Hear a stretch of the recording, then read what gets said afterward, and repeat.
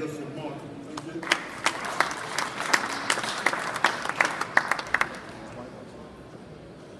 Good day again. My favourite subject, energy efficiency, this time with a real life case study, a job we did right here in Sydney, and we'll go through every main core beneficial factor.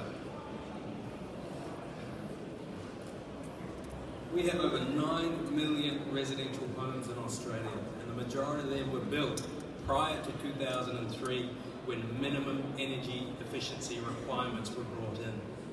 From 2003 to now, you can bet your bottom dollar that most of the houses we build now are right hovering on the cusp of the minimum energy efficiency required.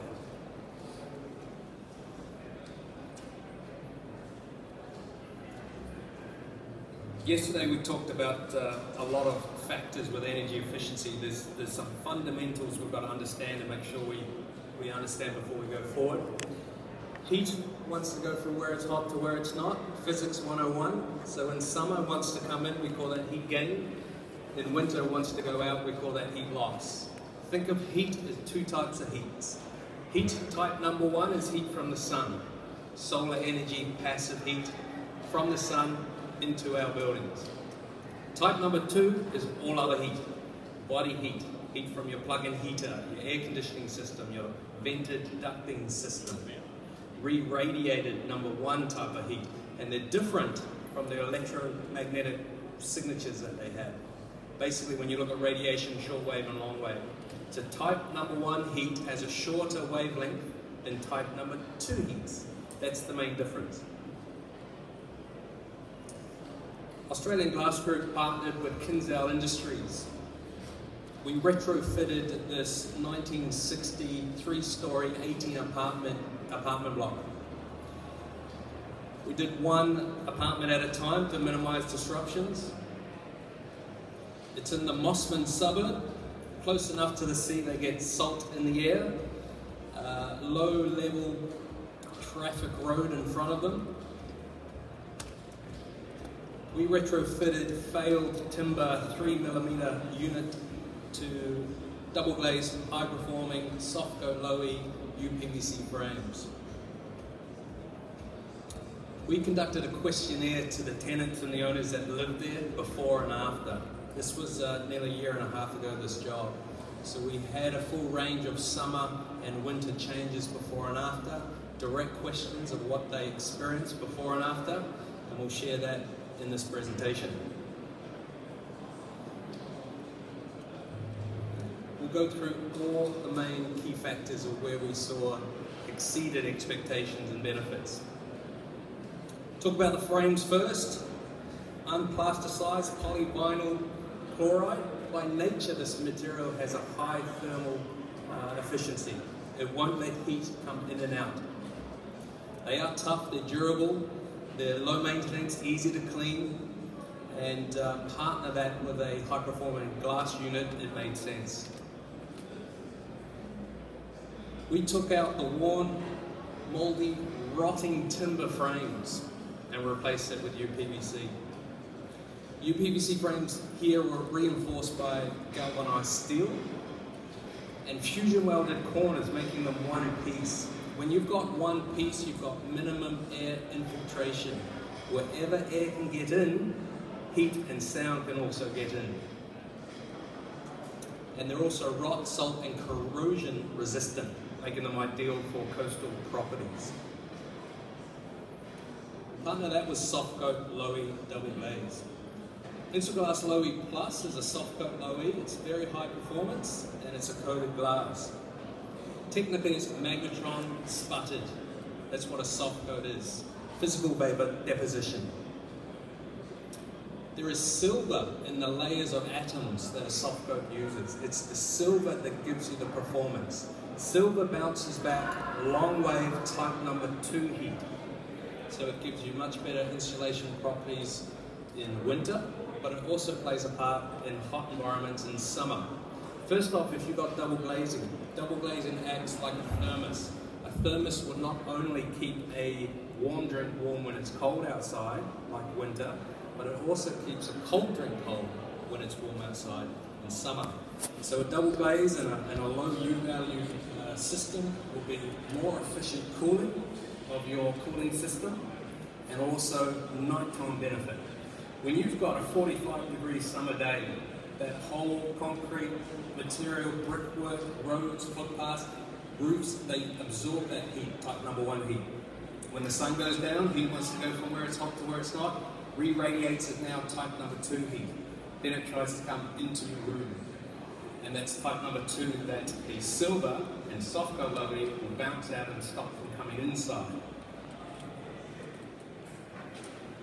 Low heat prime has a neutral tone. It doesn't have a distinct colour like a tint. It's got a greyish bluish tone to it. It's got a slightly lower U value than VLT because of that. And full frame, it had a nice and low SHGC for Mosman area and a very low U value for winter and summer benefits. Full frame performance of what we changed to was 0.30 solar heat gain coefficient and 1.8 U value, and we'll talk about them separately. Solar control, the ability to control the amount of type number 1 heat to either come in or not come in. It's measured by the solar heat gain coefficient. To give you an example, the original 3mm glass, centre of glass SHGC is 0.88. Think of that as 88% of that type number 1 heat trying to come into your room. The full window SHGC we used with the PVC frames and low heat prime was 0.30. We've just changed from 88% down to 30%. That means 70% of that type number 1 heat is now blocked from coming inside. The questionnaire, specific one about what they felt before and after in terms of summer. Internal temperature is now reduced and is more moderate, more comfortable. Glare factors, brightness of the sun. We can measure that by visible light transmittance, how much of the sun's light comes in. There's a link between a lower SHGC and a lower VLT. The better the glass or frame unit is at blocking heat coming in, it's also going to be good at blocking light coming in. You've got to be careful that your VLT is not too low so you've got very dark glass. Centre of glass visible light transmittance of 3mm was 90% of that sunlight comes in. We changed that to a more comfortable 70% with low heat prime. Going from 90 to 70% may sound drastic, but it's not noticeable if your whole house is done with this product. You won't notice a colour change. You will notice a colour change if you compare that directly right next to clear glass. They don't notice a difference in colour, but they do notice the benefit of less glare. Glare has been significantly reduced at 110. Fading factors has to do with the harmful rays in the sun radiation. It can fade furniture, timber floors, artwork, colours in your paintings, certificates on your walls. UV plays a big part to this. By having silver and other metal oxides in your glass of your units, you've got a lot of protection in this area. It's also important to note though that UV is not the only offender of fading factors. Damage-weighted transmittance gives you the bigger picture. It takes into consideration UV, but also the harmful side of visible light and infrared that all add together for fading factors.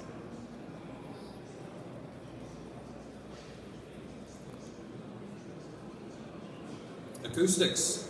This is a good topic.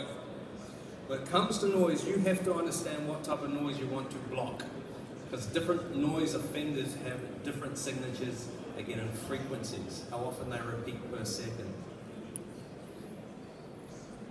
We measure noise in decibels, and we have an average weighted RW of every glass and window type, but this can be misleading, because it's taken basically at an average of around 620 Hertz. When we look at the full Hertz range, low frequency, high frequency, again, different noise make different frequency signatures. Bass noise is basically low frequency, high-pitched treble noise is high frequency. Mass or thickness tackles low frequency noise, while Lamy and acoustic Lamy tackle high frequency noise. can partner them together to have the best combination, but when you take an RW that's in the middle, but your offending noise is low bassy noise, you may have an unpleasant surprise in the finished product. Identify the noise type and then choose the right glazing and window or door system to block that specific noise. We had a low frequency road outside that apartment block. We had over 100% improvement in that lower frequency decibel blocking. We had nearly 50% in the higher frequency. There was a large reduction in traffic noise. Insulation. So insulation is talking about type number 2 heat here, and it's measured by the U value. So again, the U does not stand for anything that stands with U. It's a thermodynamic symbol for heat transfer. The lower the U value, the better is at stopping type number 2 heat go through the glass. And don't forget, a low U value isn't just for colder climates, it's also for hotter climates. In winter, a low U value works by keeping that heat inside that tries to go out. And in summer, it makes your air conditioning system more efficient, plus it works at night time in summer when that re-radiated type number 2 heat tries to come inside. So where's my friend from Brisbane? Double glaze in Brisbane. We had a full window system of 1.8 with the uPVC frames and double glaze low E prime. And by the way, the centre of glass U value of the original timber units would have been 5.6. So in winter, these are pictures taken before and after the next day, both on a cold day, from inside looking out. First off, what we were able to do is increase, instead of 2 different pieces, one fixed and an awning, we made it one bigger piece. We didn't compromise performance because we had high performance glass in there. Second thing we did is we took infrared images. The purple's more colder, and on a cold day, heat wants to go from where it's hot to where it's not. Heat will go very easily through 3 mil single glaze glass. It's a high conductor of heat. So it doesn't affect the surface of the glass, and that glass is very cold. Changed and took a picture the very next day with low E prime. Low E prime bounces back that number 2 type long wave radiation. As it bounces back, it absorbs a little of that heat. So we're increasing the surface temperature of that surface number 4 inside glass.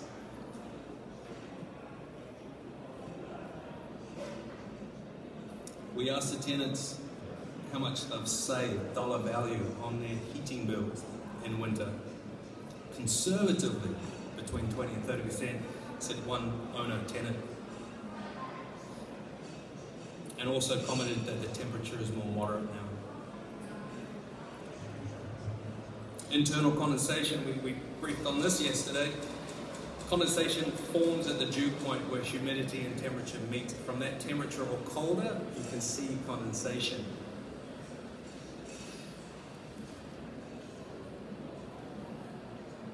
This graph represents different glazing types: single glaze, double glaze with low E, and triple glaze with low E.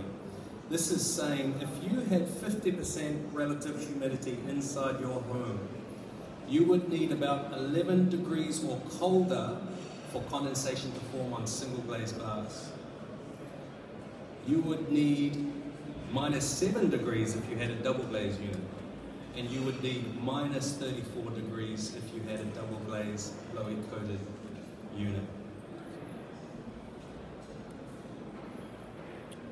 With a soft coat low E double glaze, we can virtually eliminate internal condensation, because on that dew point we've increased the surface temperature of the glass because it absorbs it as it bounces it back. And so on the dew point graph, we've now missed the dew point altogether. It's important to note though, we don't eliminate moisture, but we just stop it from forming on that cold part of the glass. I used to frequently see condensation. No condensation has been noticed since the new windows have been installed. With high performance units, we were allowed to go bigger and better, and with the systems we use with the uPVC frames, we could have secured ventilation as well.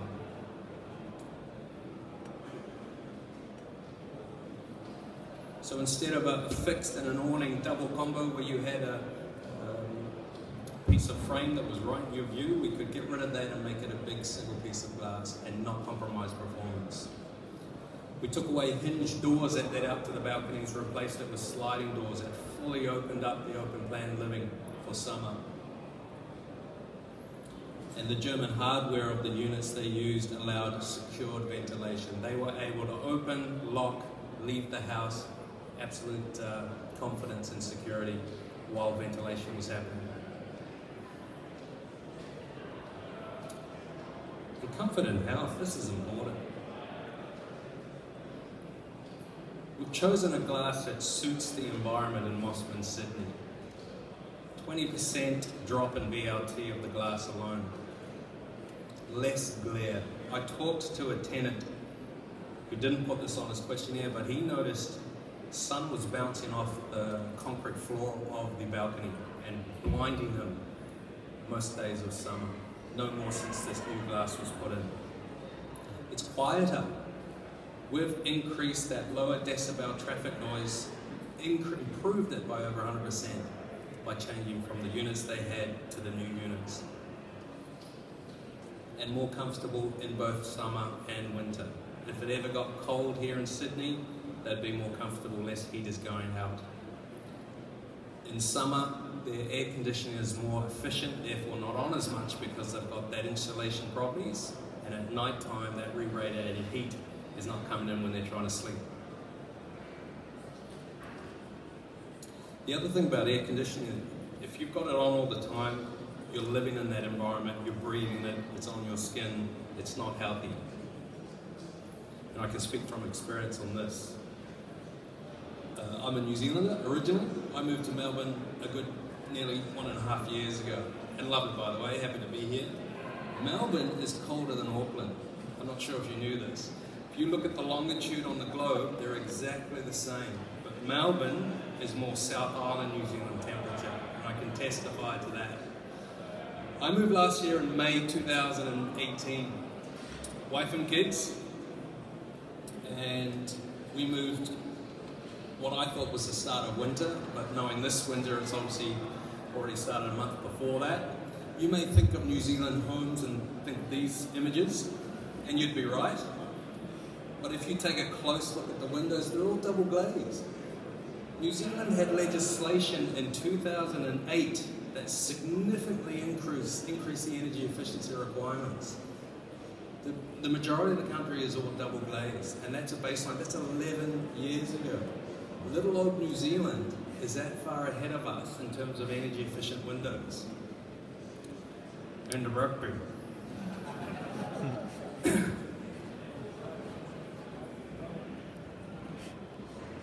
So we moved to Melbourne in May, and it was freezing cold. We Airbnb'd it for a month. If you've ever used that website, it's online, you choose a house, you pay up front, you don't pay for energy costs, thank God. So we paid for a full month to get used to the area, where the kids are going to go to school, right? We want to live there. For one whole month, I kid you not, that heating system, which was a central ducted system, was on 24/7. This house was old, it had 3mm monolithic single glazed glass. Whatever heat we made went straight outside. I couldn't believe how cold it was. Because we were new to the country, and it was freezing outside, you couldn't go for a walk to the park, so for that month, we lived basically in that house, day and night, with heating on 24/7. All 4 of us got sick 3 times in 1 month. It is not healthy living and breathing and sleeping and living in that environment. I would hear my car door open, and I think, who's in my car? Go to the window. It's not my car, it's my neighbour's car. Across the street, the acoustics is virtually like the windows open. It was phenomenal. I could hear everything. I went from Auckland, that's not as cold as Melbourne, double glazed, to single glazed, colder environment. The thermal properties, the acoustics, it was a shocker. Another thing I noticed one night, the curtains were moving. And I thought, who's left the window open? I go there, the window's shut. Okay, where's the hole in the wall that's allowing this cold air to come in? There's no holes. You know what it was? Convection. Heat rises, so it's hotter up there. Heat wants to go from where it's hot to where it's not. It pours out of 3mm single glaze. Some of it's bounced back. That travels down because it's now warmer than colder. Then it gets warm from the house and it goes up again. Then it repeats, then it repeats. And you have a cycle, a cyclone of freezing cold air doing this behind your curtains. Absolutely phenomenal. I've never experienced that before. Then we moved into our first proper house. We chose the schools that the kids were happy with, and we went for it. This is an exact copy of my first month's energy bill. And I'll blow it up for you. This is a modern Melbourne townhouse, less than 8 years old, single glazed glass, $452.99. I called them up, you've made a mistake. You billed me a quarter for the previous owners. It's not a mistake, sir. This is for the month of July 2008. Could not believe it.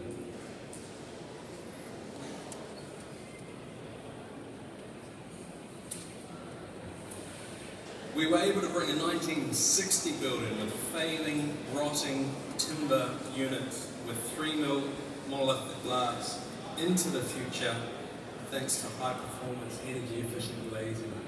We've got over 9 million homes, for the majority well under the minimum 2003 energy requirements. Imagine what we can do if we bring a lot of them up. Imagine what that would do to the demand of energy needed to heat and to cool.